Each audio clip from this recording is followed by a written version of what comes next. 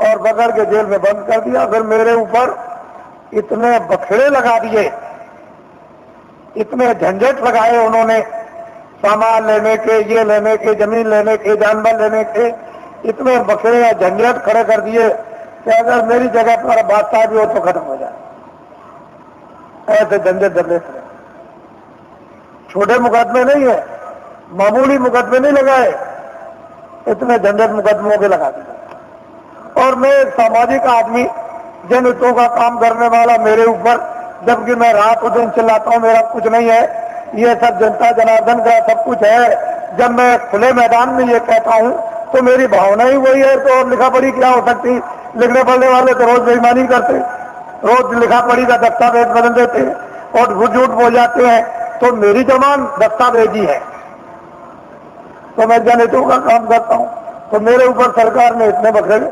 और कल मैंने ये बात कही है कि ये सब बखेड़े न्यायालयों में अब भी मौजूद है, लेकिन सरकार ने लखनऊ से नया फेक गजट निकाल दिया। जो दस्तावेज मैंने जमीनें खरीदी नाम की उनका, और इतना आंखों से देखते हो कि बना हुआ फेक गजट निकाल दिया कि जमीन एक्वायर की जाएगी। बताइए, तो आप पूरा मथुरा को गजट कर दीजिए कि सब ये कारखाना मथुरा सबको भगा दिया जाएगा और यह कारखाना बनाया जाएगा, सब मकान तोड़ दिए जाएंगे, मंदिर और मस्जिद सब तोड़ दी जाएगी और यह कारखाना बनेगा। गजट निकाल दीजिए, क्योंकि आपको तो गजट निकालने का पूरा राइट और अधिकार है, तो निकालिए। तो असली चीज यह है, इसको समझने की चीज है, इसको समझिए। तो मुझे जेल में बंद कर दिया और जेल में बंद करके मुझे इस योग छोड़ दिया था कि ये कभी भी नाम नहीं लेंगे।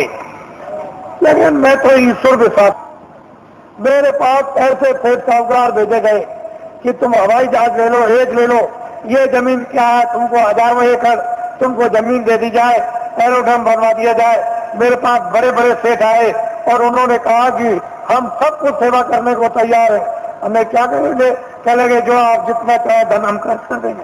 तो मैंने कहा एक काम कीजिए कि अयोध्या में, मथुरा में और यहाँ और हरिद्वार में और नासिक में लूले लंगड़े अंधे बहरे ये तमाम रहते हैं बेचारे गरीब, जिनके पास कपड़ा और खाना नहीं है, तो मैं बताऊंगा कि कंबल, अनाज और रोटियां और ये दवाएं ये सब तुम ट्रक में ला दो और चलो मेरे सामने बांटो। कहने लगे ये काम नहीं हो सकता, ये काम नहीं हो सकता। तो हमने कि भाई ये काम नहीं हो सकता तो ये भी नहीं हो सकता। क्यों?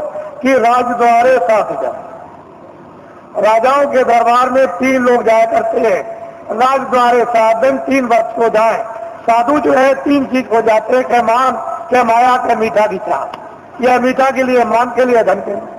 तो इनमें से तीनों चीजें हमको कुछ नहीं चाहिए, न मीठा चाहिए, न मान चाहिए और न माया चाहिए। अब बोलिए अब आप क्या चाहिए? कह लगे तब करिए। तो मुझे लालच दी गई।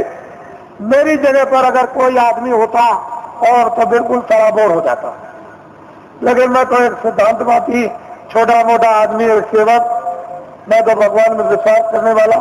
मैं तो जानता हूं कि जब ये किराए का मकान है, ये किराए का मकान है, तो क्या तुम संतुलन लेकर, मकान लेकर क्या मैं ये जमीन लेकर जाऊंगा?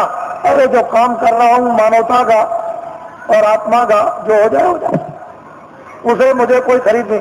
कोई हिंदुस्तान में माई का लाल ये पैदा नहीं हुआ जो अपने धन से बाबा जी को खरीद ले। तुम कभी ये धोखा मत खाना। बाबा जी चाहे तुम्हारे आदेश से आश्रम छोड़ करके चले जाएं, जो जनहितों का है, लेकिन हिंदुस्तान में मुझे अपने पैसे से कोई खरीद नहीं सकता। इसको आप हमेशा ध्यान में रखिए। बाकी मैं सबकी सेवा करता हूं, सबके लिए कल्पना और प्रार्थना भगवान से सबके भलाई के लिए करता रहता हूं। कोई भी हो जनमानुष, इसमें हिंदू मुसलमान की क्या बात, वो तो मैं करता ही रहूंगा। लेकिन कोई अगर चाहे कि भाई इस तरह से मैं खरीद लूं तो खरीद लूं।